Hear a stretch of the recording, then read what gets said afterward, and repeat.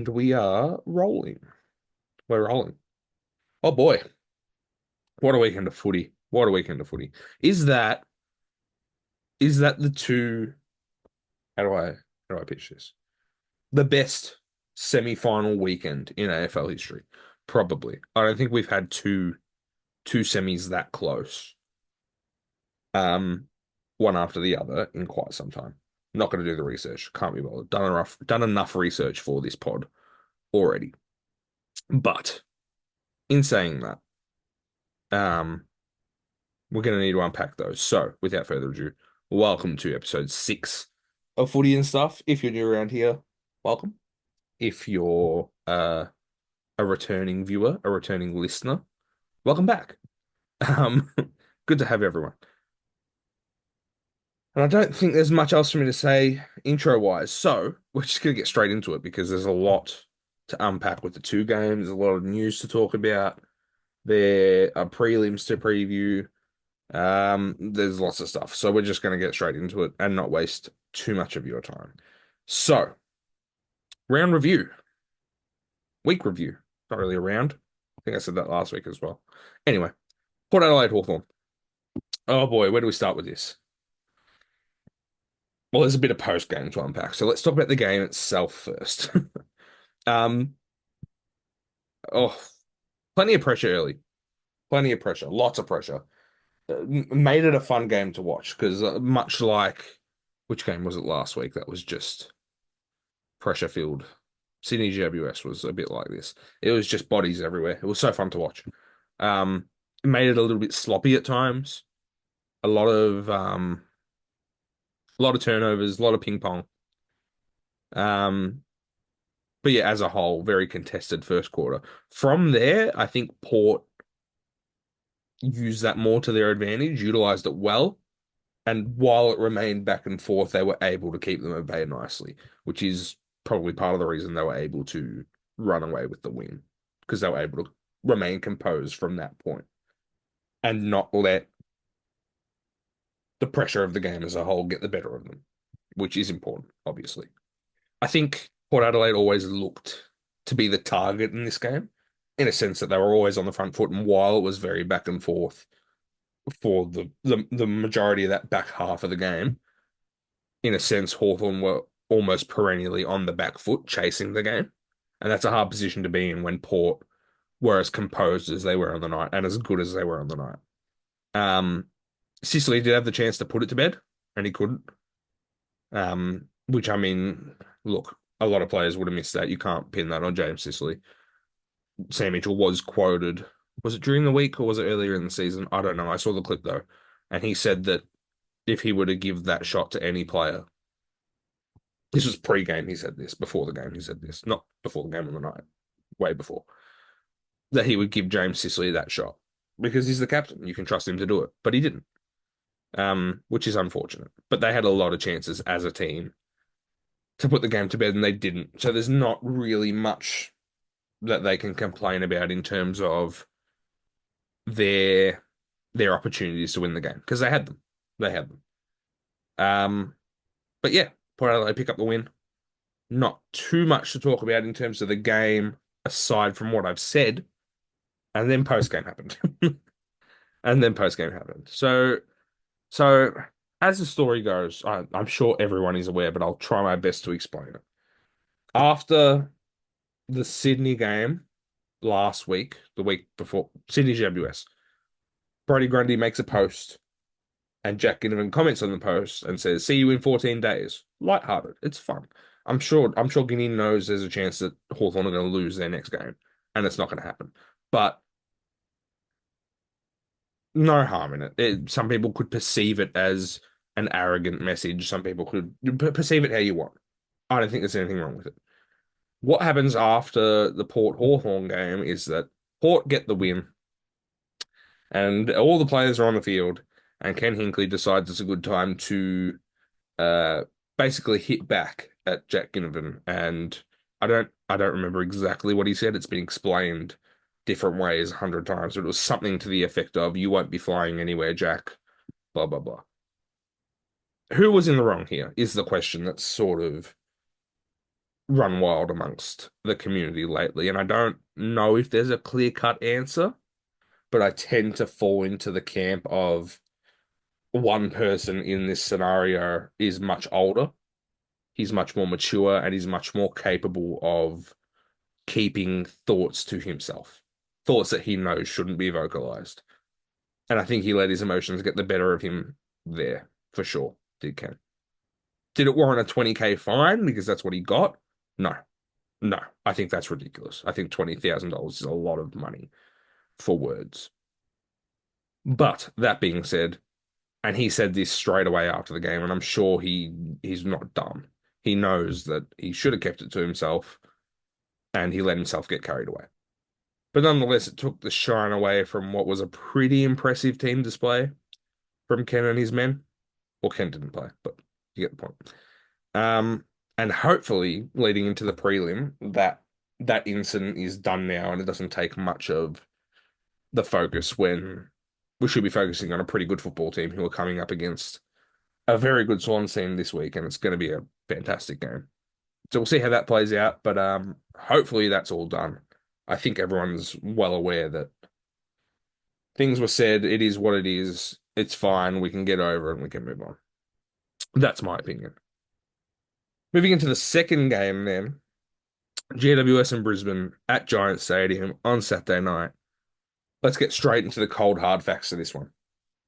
That is by far, the worst straight sets exit I've ever seen in a final series from a team. And we've seen plenty recently, especially. I tweeted this after the game. And I said that without any level of certainty, because obviously I couldn't do the. Well, I mean, I could, but I didn't want at that point to do the fact checking and the research myself at that time. But I said it was probably the worst. Having done the research now for this pod, it is definitely the worst. You had Melbourne in 2022, who led both games at quarter time, led the Brisbane game at halftime, and lost both. You had West Coast, who led both games at three-quarter time by smaller margins and lost. And you had Port Adelaide in 01, who blew a pair of decent leads as well. All similar sort of thing. They're probably the next crop. But the manner in which GWS did this one, to take 20+ point leads into the last quarter in each game, and to kick 2 goals 1 and 1 goal 2 in those final 2 quarters, and to concede 6 goals in each quarter. So 12 combined goals across the 2 final quarters on the way to blowing the 2 games, it baffles me. It really does. The Brisbane game in particular is the one that wraps it all up and puts a nice little bow on it for me. They let them back in before three-quarter time, dragged the lead back to 30 points, took a 25-point lead into three-quarter time, whatever it was, and then they let them back in again and stuffed it. How? How? They dropped like 11 of the last 14 goals or something. Something ridiculous like that. It's insane. It's bad. It's really bad. And they'll know how bad that is. I'm not saying anything controversial here. But yeah, awful. Great footy from Brisbane to get back into the game, to be fair. This isn't entirely a GWS thing where every team is going to do that against GWS. Brisbane has to play some bloody good footy to be able to drag that back in the first place. But you've just got to hold on there if you're the Giants, in my opinion. You just have to. But in terms of the game itself, some players who deserve recognition because, I mean, the game itself speaks for itself. GWS were in control pretty much the whole time. Brisbane hit back late. GWS get control back, and then they blow it. That's just the story of the game. It was momentum swings, and one team came out on top in the end. Joe Danaher is the first player who deserves every bit of recognition for that last 5 minutes of the game because not every player is going to be able to keep a cool head in that situation. And he absolutely did everything he needed to do. 2 goals, obviously, but to keep a cool head there was very impressive for a player who probably, in some people's opinions, has been a little bit unreliable at times in the past, especially in front of goal, set shot kicking. Will Ashcroft was fantastic as well. Such a good player, that kid. That one moment, the Kyle Oman one, where he takes on 4 GWS players and just somehow gets I think he got a handball out. I mean, it would have been pinged if he didn't get a handball out. to Kylo Omen at the back of four GWS players and he kicks a goal. Insane. Insane. Such an impressive midfielder. Such a hard midfielder to stop as well. Clearly, if you've got four players taking you on. But anyway, um, yeah, I just thought Brisbane were really good. Those two in particular were fantastic. Dane Zorko kicked two goals as well off halfback. Impressive. Um, People love to hate Dane Zorko. I don't blame him. He's that kind of player. He's a bit of a halfback Toby Green.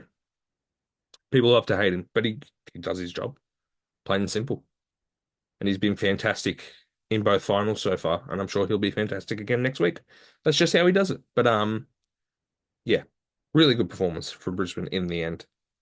Um, yeah, I think that's it for the review. We got that done nice and quick, nice and efficient, which is good because we got a bit of news, a lot of news to get into. Trade news, contract news, free agent news, the works. Where do we start? Oh boy. Let's start with Dusty. Let's start with Dusty. Did anyone not see this coming? No, but it's happened. Apparently, Dustin Martin is considering uh backflipping on his retirement to join the Gold Coast Suns, as we all kind of expected. The interesting bit about this report, and I will double check this, but I'm pretty sure it seems as though this is not the Gold Coast Suns approaching Dusty more than it is Dusty approaching them and wanting to play footy for Damien Hardwick and the Gold Coast Suns. Which is that's I guess the story of all this is that they could easily approach him. He's a good enough player that they would want to pursue his services, but he wants this. And they've been pretty steadfast as far as I'm aware with the fact that they don't want to chase him. They only want to entertain it if he wants it to happen. So it looks like that's why this has come out, is because he clearly wants it. So, based on that, I'm expecting it to happen. I don't think there's much more to say about it now, because we will learn more about it in the next couple of weeks, the next month or so. Because I can't imagine it'd be too long before it gets done, given preseason starts in less than 3 months at this point, I think, by the looks. Yeah. Yeah, that's maths. I've done that right. 3 months. December. So yeah. Zach Merritt. Zach Merritt was reportedly during the week um looked at by St Kilda, if you want to say it that way. Um, this was a huge story for one night until St Kilda um said that they hadn't had anywhere near the interest that was reported, and the Bombers also said, "Nah, he's not going anywhere." Um, so that is now pretty much a non-story, I think. But I will say I'm glad that it's a non-story because I think Zach Merritt is far and away better than St Kilda's entire list, and it would have been really hard for the Bombers to get the value that they deserved for a player like that if this was true. Like it'd have to be like a pair of first round picks and a really good player from St Kilda, like a look, I think Rowan Marshall is the only player that is even potentially better than Zach Merritt. They're not getting rid of Rowan Marshall, obviously. So they'd be floating players like Max King and uh, it was never going to happen. It was never going to happen. So I'm glad, and we can move on from that and never talk about it again. Jack McRae, however, is happening. That's definitely happening. He's requested a trade last week. And as of today, I've been able to update my notes because he has nominated a club, which is great. He's nominated St Kilda, which I mean also extra reason to put the Zach Merritt thing to bed because I think they only really need one more midfielder. And it looks like it's going to be McRae. It looks like it's going to be McRae. So, yeah, how he fits in, I'm interested. I think he's still got good footy in him. Obviously, he's had a rough year with the Dogs, hasn't really been able to capture form, hasn't even been able to find any substantial amount of minutes in the squad. He will play for St Kilda. I think he's better than a couple of players who are getting consistent minutes for them. Whether he plays inside, whether he's utilized on that wing half forward flank role, I don't know. I'm not sure whether the Saints rate him higher than a couple of the inside mids they've got. It's going to be interesting. But I think he's a good fit. I think he's a good fit for the Saints. And I think he's probably still got some good footy left in him. So I like it. I do like it. Mac Andrew. Mac Andrew is the next point. Has signed a new deal. Has been a lot of talk around this deal, purely based on the fact that he's maybe not as proven as some players who are earning significantly less money, young players who are earning significantly less money. I think he's a fantastic player, though. And any criticism around this deal should be based on other players and not him, if that makes sense. I don't know. It's a new one to digest, obviously. Um, but it's a lot of money, and congratulations to him.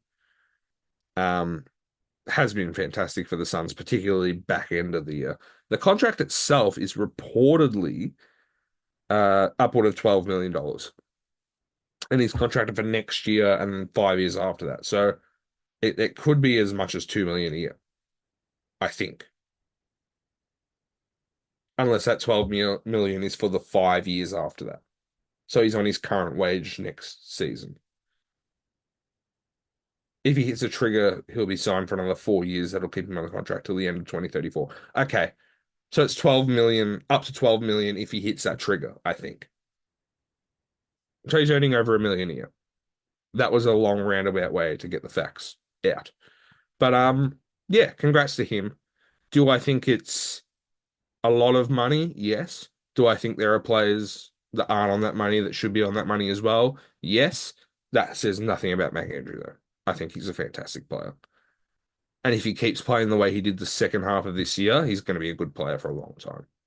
So the way money changes and the way inflation happens, this wage will be surpassed probably 50 times in the next 10 years. So water under the bridge. Moving on to the next point, which came out yesterday, and it is that Carlton are reportedly, because it hasn't come out from the club yet, obviously, but they've reportedly told Lewis Young, Matt Kennedy, and Matt Owies that they are free to look elsewhere in this trade and free agency period, which is interesting. Lewis Young is the least surprising of the three. He's probably the furthest away from the best 22. One, form-wise, has been the least impactful of the three. And at his age, he's going to want to play more consistent football somewhere else if he's not going to get as much of a look in this team. He's like 24. And at 24 years old, 25 years old rather, at 25, he's going to want to make more of this sort of period of his career. So I'm happy to see him go. I love Lewis. I think he's a great bloke, a great player at his best. He needs to be able to showcase that. And I don't think he's going to be able to do it in this Carlton team. The way we're tracking with other defenders. Owies and Kennedy, this is a little bit more newsworthy. Obviously, Matt Owies was probably definitely our best small forward this year. Our third highest goal kicker, other than the two Coleman medalists. I thought he was very good. And he'd probably have a place in our best 22 were he to stay. I think, obviously, these are what we're seeing here is very ruthless decision making, and I love that. I absolutely love that. Because if we have a vision for what this club is going to look like in 5 years, what our eventual premiership team would look like, and players aren't in it, and we're keeping them around on higher, we'd also always is out of contract, and we'd have to give him a lot more money to keep him around than what he's on now, which is another point. If we're keeping players around on high wages and we don't see them a part of the bigger picture, I'm happy to let them go. Same can be said about Matt Kennedy. Obviously, he sees himself as an inside midfielder. it seems as though the club sees him as someone who won't really be in that role, would be playing on half forward, would be utilized for his versatility. He wants to play inside mid. And at the age of 27, when we've got younger kids, we've got Cooper Lord, who's going to be 19 next year, Elijah Hollins, who's in his early 20s and has the ability to play inside mid. And then we've got those elite midfielders already at the club, the four elite mids, and also Ben Campriale coming in as well. Is there a spot for Matt Kennedy? Probably not in that inside midfield mix. So if he wants to play where he wants to play, give him the chance to leave. And it frees up a considerable amount of wage money for a potential push for Dan Houston as well. So I think it benefits all parties to pursue this. If Owies doesn't find a club and we're able to keep him at the club on a lower wage, I'm sure they will do that because he's a useful asset. But yeah, whatever happens, happens. I back the club in. I think everything from this point has to have a long-term lens on it, in the sense of where we want to be as a football club, premiership wise, competing. I think you have to think about what players are going to be in that mix. So with that in mind, I'm okay with all this. The last point, and I haven't really seen much on it since it was reported, so I don't know where this is sitting, but Jake Stringer could possibly be leaving the Bombers. I don't know um, how likely it is. Collingwood have been floated as a potential destination. I don't know if they need him. I don't know if he's the kind of player that they want to be chasing to get back to where they're an aging team, and Jake Stringer's not exactly young, and he'd be commanding a lot of money. So if they're going to be chasing Jake Stringer, they obviously think that um they're going to want to be competing now with Jake Stringer, and that's not necessarily going to be the case given they've missed finals. They're a very unknown quantity in terms of next year, in my opinion. However, there is an article right here from 4 hours ago that says that Collingwood are not in the race for Jake Stringer, but Sydney are, according to Sam Edmund. This is one journo, so take it with a grain of salt, obviously. But Sydney have been floated. Again, do they need him? Probably the best attack in the competition. I don't know. I don't know. It's all very interesting. I think Stringer will definitely find a home if he loses, if he leaves the Bombers. He's just a little bit too good to not be playing AFL football the way he has played in the last couple of years at times. But it's interesting. It's very interesting. And with that, the news is done. That is all we got. Let's move on. We're gonna do Gridley again, I think. I was gonna forego any type of quiz for the week and just talk pure analysis. But oh, this is good. I haven't seen this yet. And this is a nice looking grid. Very port centric, but it looks nice. And I'm gonna press record and we're gonna do it right now. So as I said, I was going to not do this week, but I thought, why not? Why not? There's always room for a little bit of fun. Okay. So the six categories are Port Adelaide, one club player, showdown played in a showdown, 20 plus disposals in a final, Jace Burgoyne teammate, and Peter Burgoyne teammate. Okay. Let's start with this row because I feel like current day I'll be able to nail down a little bit quicker.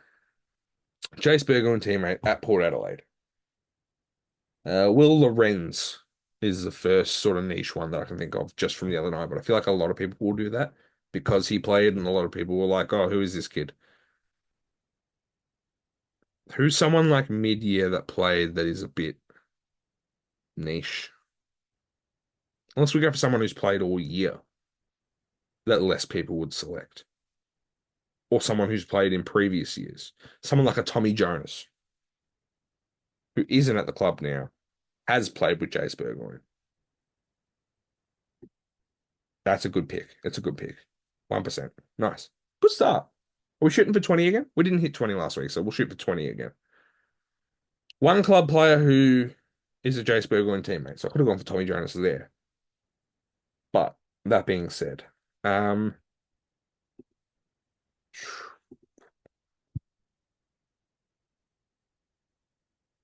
Ollie Lord is the first player that's come to mind that I'd even consider. I don't want to waste time, so we're doing it. 4%. Not as good, but it's okay. It's okay. It's fine. Showdown played in Jace Burgoyne teammate.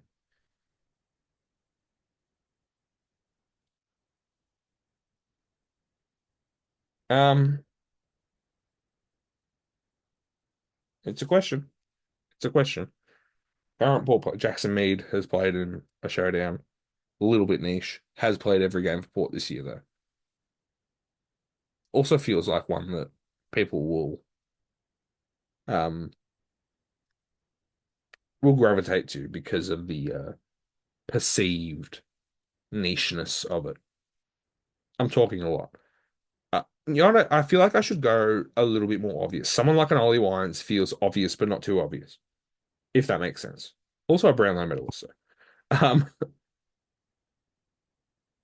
Dylan Williams, that feels good. That feels right. Yeah, that's good. That's real good. Okay.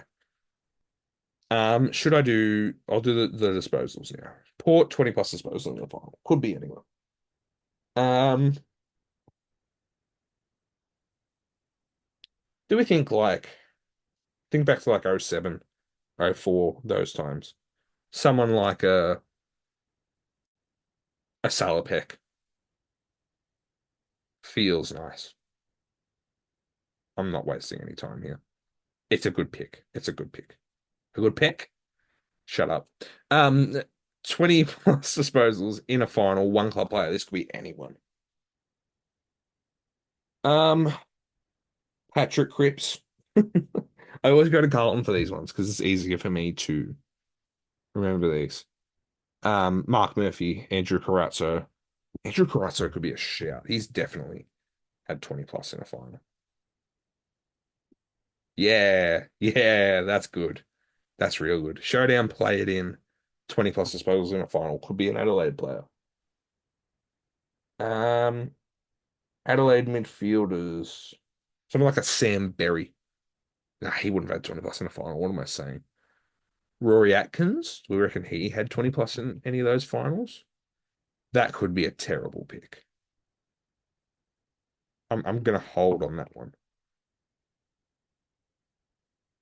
Yeah, that could be awful. What am I saying? Um, Nathan Van Burler. Oh, I like that. Let's do that. No! What am I doing? Silly. Silly boy. Let's go back to that. Peter Bergeron teammate. Literally any Peter Bergeron teammate. Brad Symes. Let's do that. It's good. It's real good. Port fans love Brad Symes, especially the ones I know. One club player, Peter Bergeron teammate. So again, a Port player who only played for Port way back when. Someone like a Toby Thurston's. It works. It works. Showdown played in Peter Bergeron teammate. So we're talking Port again. Someone old who played with Peter Bergeron in a showdown.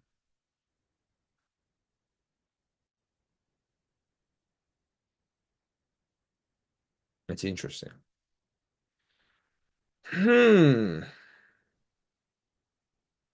I could literally go for anyone, and my mind's gone in a million different places. David Roden, would he have played with Peter Burgoyne? Oh, I'm doing it. Yeah, of course he did. I even doubt that. 2%. One guess left. I said Van Billo before, undid it. Wonder what the closest he got in a final was to 20 touches. We're going to look after this. I feel like I should just go for something a little bit more obvious, given I'm 8, 9, 10. I've got like 8% to spare. So I'll go for like a Scotty Thompson, 13.6. That's fantastic. Good effort. Good effort. I think I did well there. I cracked the 20. That's what I wanted. So we can aim higher next time. I think we did pretty good there. Okay. And now we can get into. I've done it again. I've done what I did last week again. And I've stopped the recording before tips when I could have just kept it going because I'm still using the screen. Let's hit that again. All right, some tips. Let's do this. They still haven't gotten this sorted, which is annoying. Sydney, Brisbane, Hawthorn, Geelong, Port, Brisbane. Okay. Obviously got one game wrong last week, so I expected this to be Sydney Hawthorn, but we got Sydney Port. It's fine. Still a good game regardless. That's the beauty of having the best teams play off in a final series. They're all very good at football. Um, let's start with Sydney Port because it is the first game of the weekend. Two big things to keep in mind with this game. First is Port Adelaide's record against Sydney traditionally. Have not lost, I believe, to Sydney in 8 years. I think that's the time period. The second thing to keep in mind is that the last time they played, Port Adelaide won by well over 100 points. I think it was 112. So with those two things in mind, Port will probably have a lot of confidence coming into this game. On the other side of the token, with the Swans, it's what I talked about last week. So I think what they got out of that Giants game more than any other game this season is so important. And it would link back to other games they've played this year as well, where they've been sort of on the back foot, not started the game the way they wanted to, and pushed late, and their classes dragged them over the line. Because they're a very classy team, the Swans. What they take out of that game is it's very cliche, but they take a never say die attitude out of that game. And they will never back down. I think that's the kind of team Sydney are now, and have been at many points this year. They just don't back off at all. Because when they're down by 4 goals, and especially after that Giants game where it was probably the most prominent example of it all year, they will always know that they're in with a chance if they're down. So Port are really going to have to put the hurt on them to see out the game, in my opinion. If Port are taking a 4 goal lead into three-quarter time, it's not enough. It's not enough. They need to really put the hurt on this Swans team. Granted, as we said, the Swans' history against Port is not great. And we aren't really sure what kind of effect that last game where they lost by over 100 points will have on them playing Port again. All that said, I think it feels wrong to not back Sydney in here. Because I still think out of the teams that are left, they've been the best team all year. I still think they play the most exciting brand of football. I still think that the mentality that this team carries now is just head and shoulders above the rest. And I still think that the best teams always know how to get the job done, and they are the definition of that to a T. So until they prove me wrong, I have to back Sydney in here. Geelong Brisbane is a much harder game to predict, in my opinion. There are probably a lot more variables in Sydney Port Adelaide that you have to consider, but this is much harder to predict. You've got two teams in this preliminary final that, at different points in the year, have been premiership favourite, but they've also both shown a level of inconsistency. And that makes it difficult because I'm not sure you can predict which Geelong or which Brisbane will come out on the day. Because if it's the Brisbane from the last quarter the other night, it's a done deal. If it's the Geelong that played against Port Adelaide, it's a done deal their way. If it's the Geelong from the start of the season, it's probably Geelong's game to win because they were arguably the best team in it at the start of the year. If it's the Brisbane from the second half of the year, where they climb from bottom four contention to top four contention, like there are so many different possibilities in terms of what teams are coming out on the night. What I will say, and I said this about Brisbane last week when they beat us, is that the level of momentum that comes out of performances like that, and granted the two performances were very different, obviously against Carlton, they really put the hurt on us, backed off a little bit, and cruised out the game, and it was probably a very enjoyable win to pick up in a different sense. Whereas the Giants game, they just really grinded out the win. It was a very different kind of win, but also one that you can take a lot of momentum from. And so, in the same way that I said it last week, I think they're going to be ready. I think they're going to be so ready to give this game a crack. In saying that, Geelong will probably have Tom Stewart back, might have Sam De Koning back in the side. So their defense is going to be locked and loaded. I think they were fantastic against Port Adelaide, so they're also going to take a lot of momentum in. MCG, Saturday twilight. Brisbane have had their struggles playing away over many years under Chris Fagan. This feels like the exact kind of game that Brisbane need to win, in the sense that if they're about it, because this is a game that traditionally they haven't really won in the past, I think it'll feel a little bit failed as a whole if they weren't able to win this game. Because it feels like everything's been working towards this sort of game. They fell at the final hurdle last year. It almost feels like, even though it might not be their last chance, it almost feels like a last gasp effort at a premiership. And the way their away form sort of was a few years back, there's been a lot of development in that time. It just feels like they should be getting this done. And I think these two wins will do a lot for them. And I think they're going to win. There's a lot of feeling in this one. It could go either way. Like this one, I can sort of take a little bit more of a. This one, I can sort of take a little bit more of an analytical look at. But this one is like, it just feels like Brisbane should win. And that's why I'm tipping them. So my grand final is Sydney and Brisbane, which I think will be a cracker. But even if any combo of these teams, I think will be a really good game of football, in my opinion. But with that, I'm going to stop this recording. And we are going to wrap things up here. Episode 6 of Footy and Stuff, a little preliminary final episode. Brownlow night is on Monday, and we won't be doing a normal episode again until after Brownlow night. But I will be dropping something a little bit special, hopefully Friday weekend, maybe somewhere around there. It'll come out. But yeah, I'm gonna aim to do something a little bit fun at the end of this week. So stay tuned for that. But anyway, thank you for watching. Thank you for listening, as always. Please like, subscribe. Ratings on Spotify and Apple Podcasts always help, as usual, if you're listening on there. Other than that, please follow Footy Stuff Pod on Instagram and Twitter, and follow my personal TikTok at Brandon.Batain. Got it right this time. Let's go.